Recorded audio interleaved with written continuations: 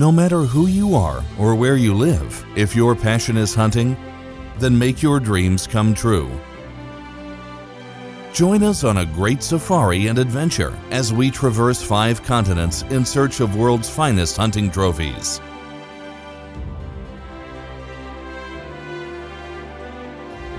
Join the best professional hunters in the world in search for the best trophy animals. You will experience unforgettable hunting adventures and international cultures that few people on Earth get to know. Share the thrill of the ultimate challenge to promote the sustained use of world's greatest renewable resources, wildlife conservation, and fair chase hunting.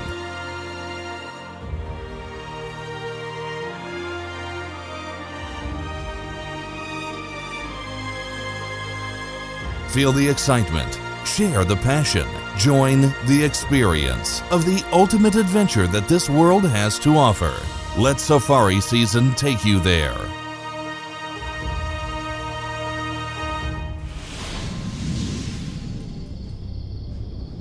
Today we will go hunting ibexes in Spain. In the minutes to come we will witness exceptional hunting achievements and will take part in all challenges that the Spanish mountains could offer us. In addition to being the most attractive hunting destinations for ibexes, Spain is a desirable tourist destination, and we will not miss the chance of catching a glimpse of the nearby sites, such as Alhambra, La Sagrada Familia in Barcelona, as well as the biggest city of sand caves worldwide. Let us not lose any more time and present you the participants in the first hunting session you will see. Today, we will be hunting in the Ronda Mountains in province of Malaga. The hunter we will accompany along the high rocky peaks is the well-known bow hunter and professional hunting guide from Mauritius, Lionel Berthault. I think we will try on this the wall herb. And go under the wall, boom, boom, boom, boom, boom. And maybe if you wait them in the tree, you can see them. Okay. Okay, good luck.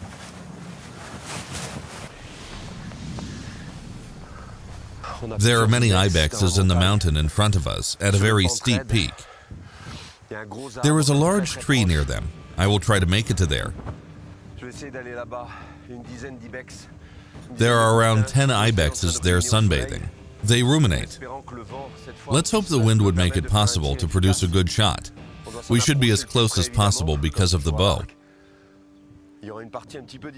We could see from here that a difficult task is ahead of us, so we will have to climb the rock, or we will have to wait for them to approach the large tree, because they will start descending soon. Let us see what will happen.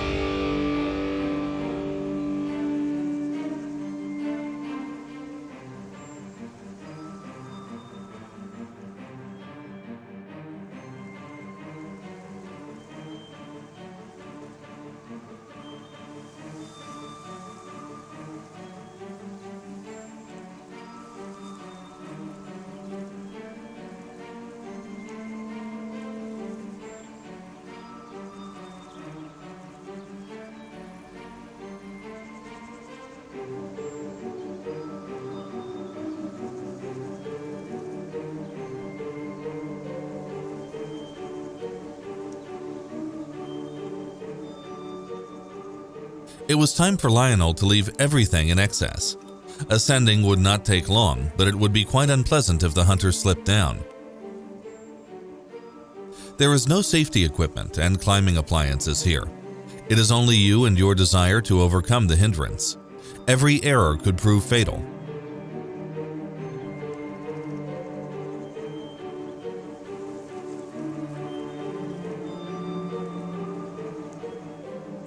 We were almost near the mountain foot from where the hunter was about to climb up to the small meadow.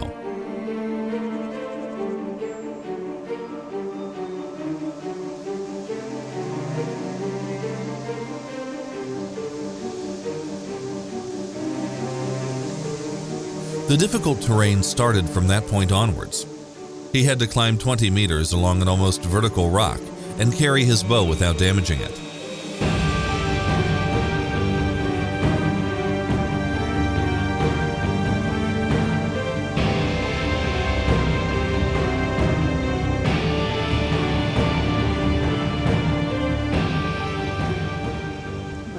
Is very close to make the shot. He goes up 10 more meters.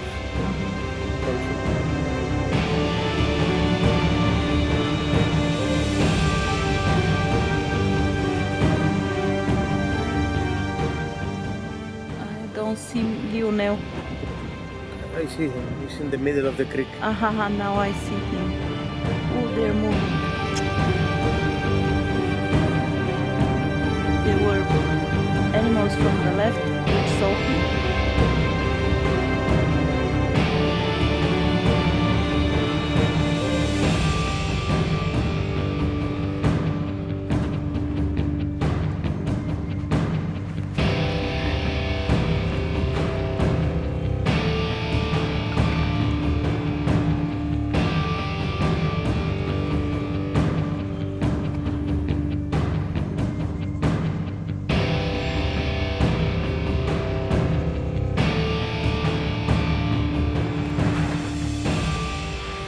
This is the real problem when it comes to hunting high mountainous goats and ibexes. The animals are always capable of seeing you from their high position.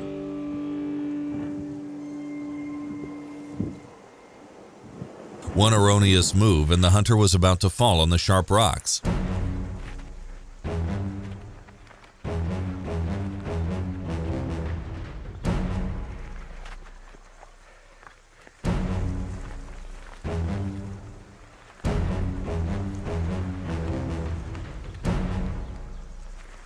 Lionel was finally safe.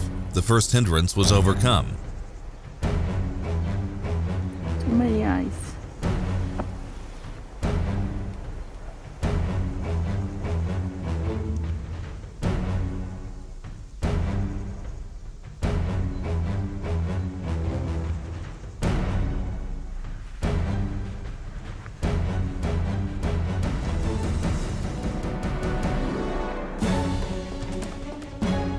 Now he should sneak unnoticeably to the place that will provide him with visibility towards the animals located on the rocks above him.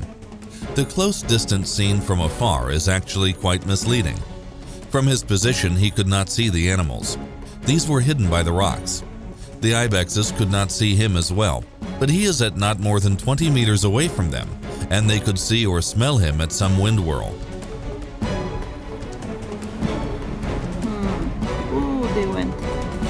At the time when Lionel was preparing his bow for shooting, the ibexes caught a feeling of him. No. There's so many.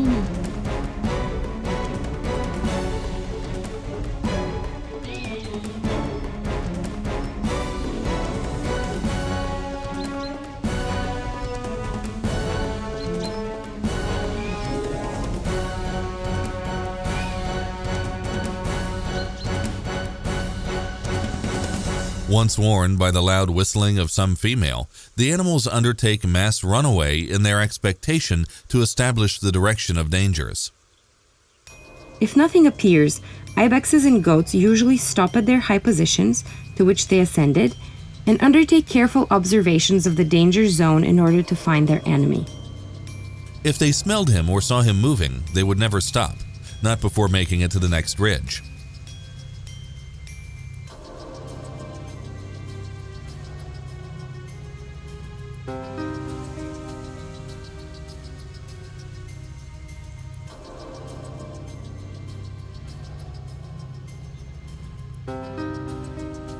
At that time, Lionel got lucky. The cross-country rock terrain and his masking clothing made him invisible to animals. This gave him another shooting chance. Of course, if he managed to find good position.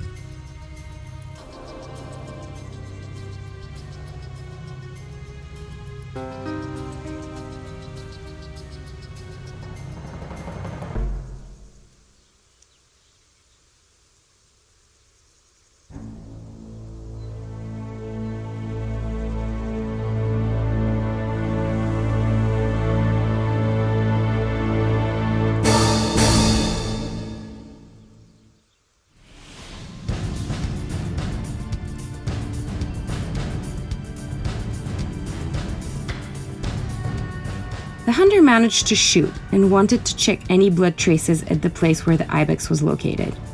From his position, it was not possible to confirm whether he hit it or not. We all saw the female avoiding the arrow, but we were not sure about it until checking all traces.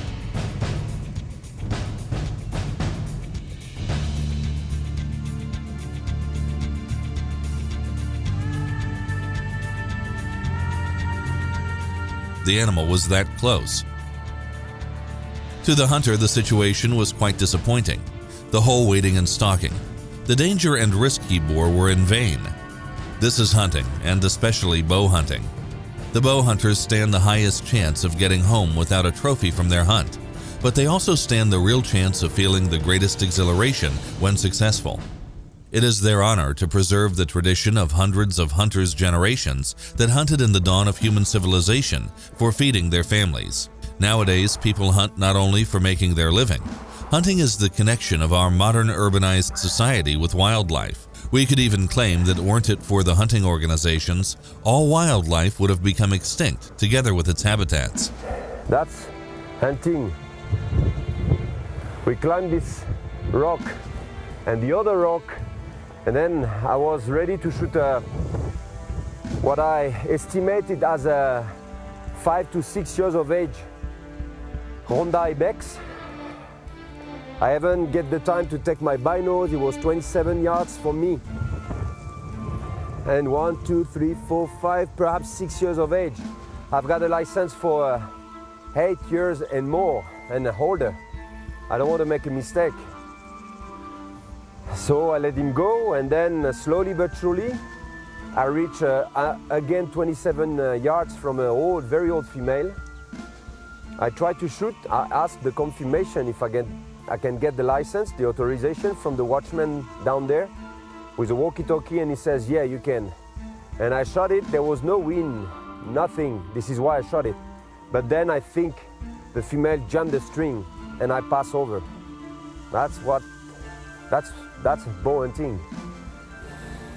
Now we have to go back down the valley, reach the guys, drink a couple of... No drinks. They said they're waiting for us from the other side. There is ibex. So we have to climb again. Yeah. Let's go. Okay, let's go.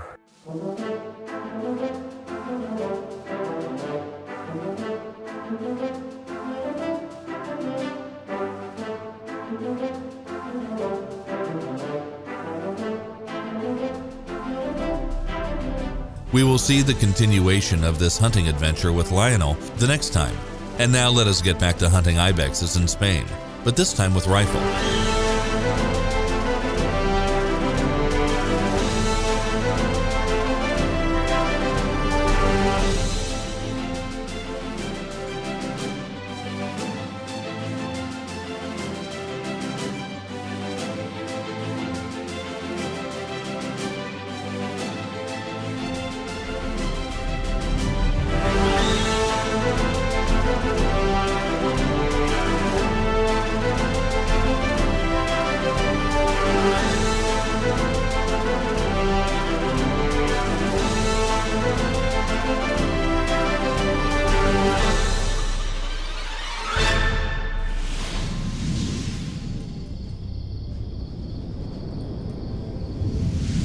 The Spanish Γκραντ Σλαμ Ibex for 4 hunting days. Has anyone heard of such a thing? Do not make the effort to search for it. Nobody has heard and seen such thing because that was the first time ever. The hunter achieved that result in 4 hunting days. In my capacity of video operator, I have visited many exotic places to shoot the hunting adventures of hunters that would like to get something more than the trophies acquired throughout hunting. Today I will tell you about a hunting action in the beautiful Spain. The hunting adventure planned by Sonny was about to make me and Peter, our Canadian friend, face significant challenge. Our first job was to check the rifle at an average distance of 200 meters. According to Ciro's words, our hunting guide here, that would be the optimal distance for stalking the trophy animal. The carbine Ciro provided us with was manufactured by the German company Blazer, model R8 professional in caliber, 300 Win mag, and barrel length of 580 millimeters.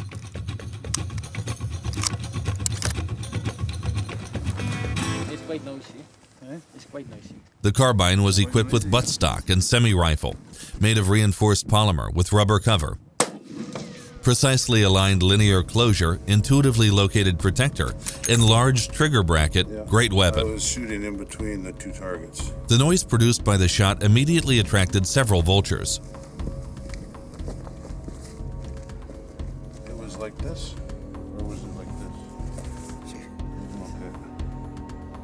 I was shooting for here. It's a dead sheep.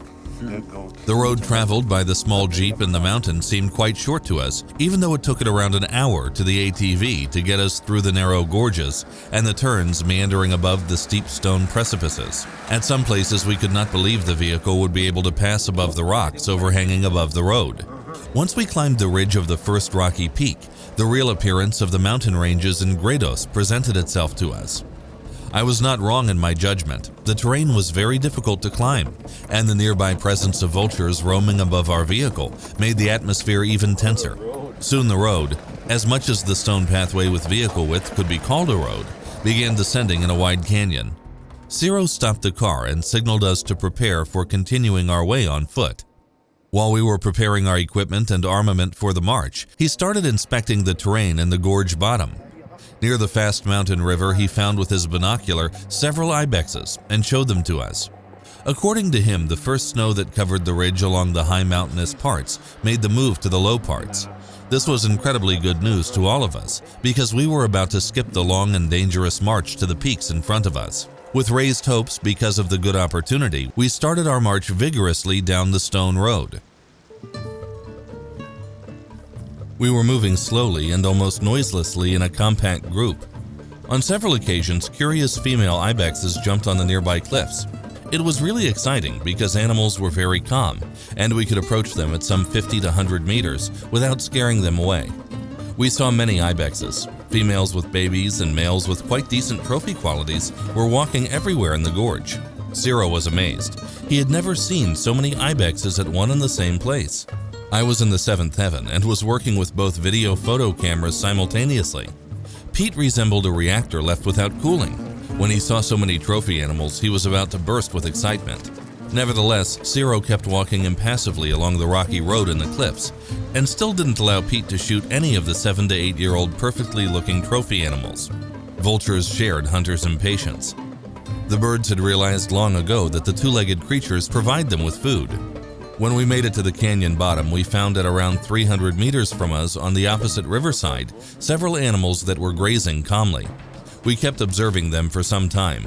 With a binocular, the one of Pete, of Ciro, and of the official forestry representative, we kept looking for an adult animal with worthy trophy qualities among them. Taking a good look at them was not in vain. Pete saw a nice ibex. Nevertheless, Ciro didn't agree to shoot the animal because according to him, we were about to see even better than it. He explained to us that the animals are calm, and even if we do not see a bigger one, we could always get back to stalk that one. Thus, excited because of animals' proximity, we started smoothly climbing the canyon that ended in 2 kilometers with waterfall series. There for sure we were about to find our Gredos ibex. The Spanish Γκραντ Σλαμ included Sierra Nevada ibex, Ronda ibex, and Beseda ibex. The ibexes that inhabited these lands are distant relatives of Capra sibirica, and their genetic relation originates in the Ice Age in Middle Asia. In the fight for survival, nature created species that is capable of conquering and surviving in the mountains of Western Europe. These subspecies differ from their relatives, the Siberian, Pamir, Alpine, and Persian ibex. An adult Spanish ibex weighs about 100 kilograms and is around 90 centimeters high at the shoulder blade. In the summer, the animal has short fur colored in gray with black at the flanks. In the season in which we were hunting, the ibexes had longer and darker fur. They are definitely more beautiful than ever during the winter, and Pete and me were waiting impatiently for the moment when we were about to find our trophy in the Gredos Mountains.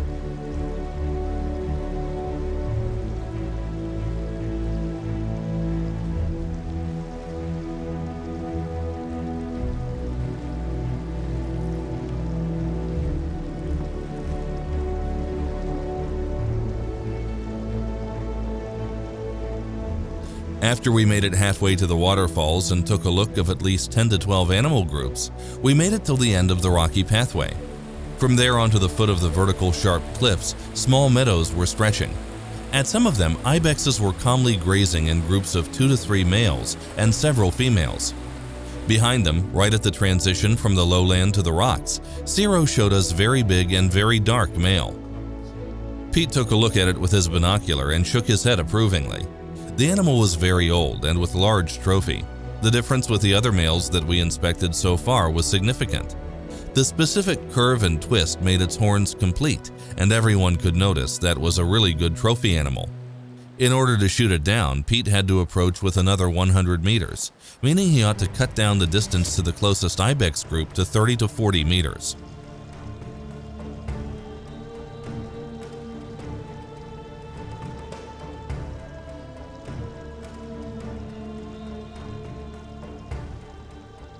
Even though we stood the risk of scaring the animals, Ciro signaled us and we lowered to the ground and started moving towards our target. We were lucky because on our way we had a small section with low coniferous shrubs to use for cover. Luck didn't leave us and we made it to the position we marked without scaring the animals. Pete left his backpack on a rock and conveniently leaned on it with his gun.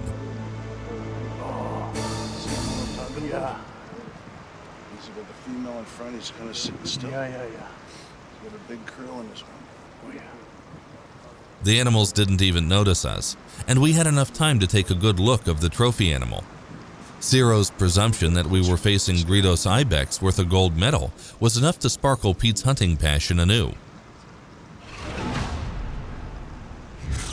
The distance to the large trophy animal was around 150 meters. It was standing calmly, and near it 2 males were just taking a leap towards the other to prove themselves in a battle. Nevertheless, the hunter was focused on his target. Pete's movement while making himself comfortable for shooting attracted the attention of several females. I hoped the shot resounded before their piercing whistling as danger alert. The shot cut through the calm valley and all animals fled. The ibex Pete hit diagonally through its chest jumped and ran at around 50 meters before falling and passing away.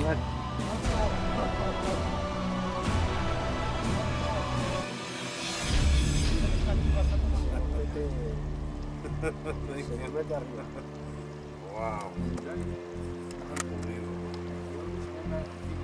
We were quite thrilled because of our rapid success. The time was 10:45 sharp, and we already had 12-year-old Gridos ibex with a trophy that was later awarded with gold medal.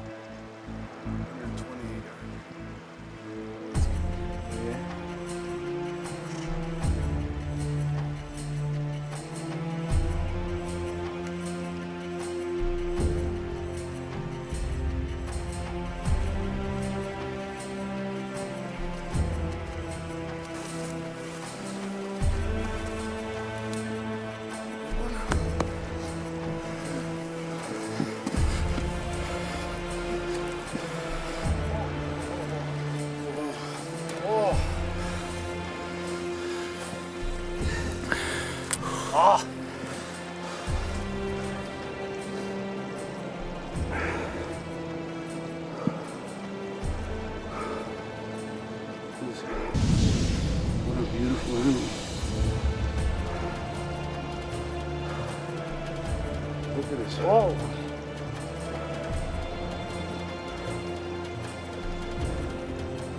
Comes back nice, eh? Girl.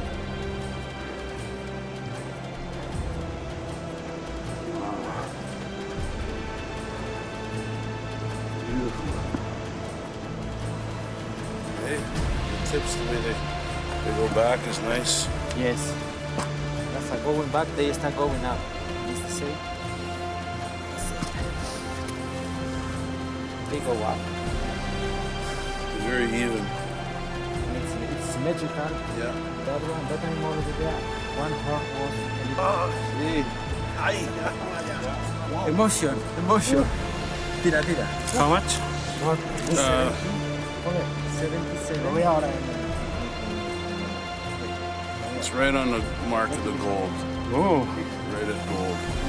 Yeah. Perfect. Oh. I think 11. 11 years. Creo que 11. Oh, it's old.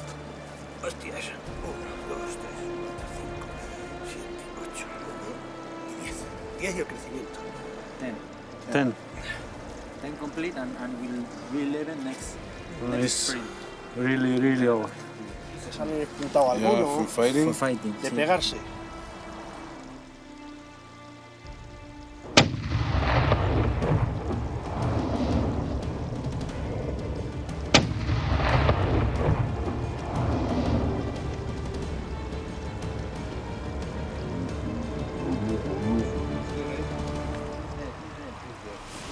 We performed a professional photo shooting beneath the impatient looks of the huge vultures that were gathering from everywhere.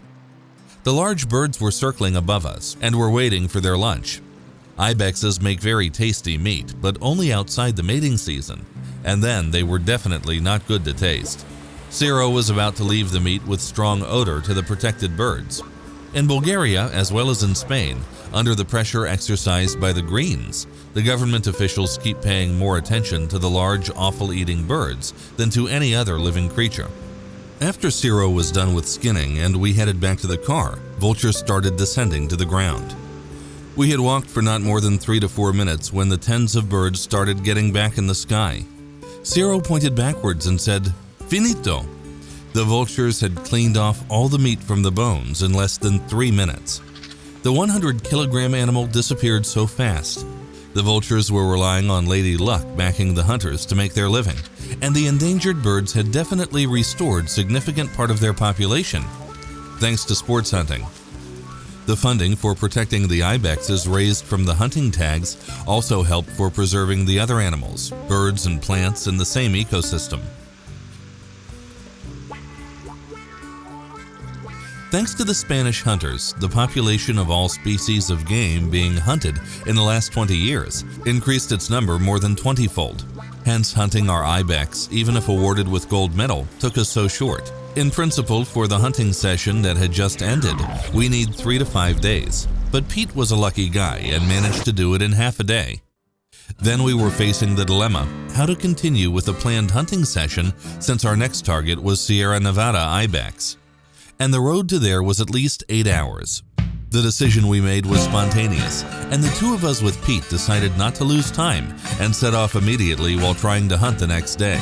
Ciro was exhilarated with the success, but offered us to personally drive us to the next hunting territory.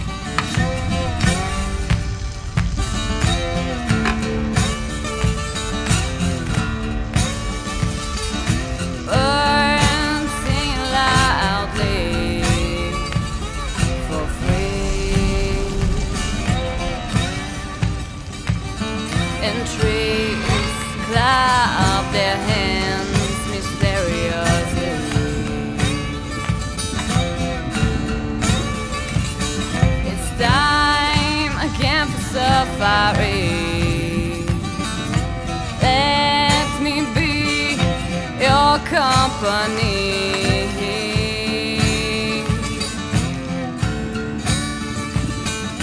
Feel the excitement, feel the danger, share the adventure here.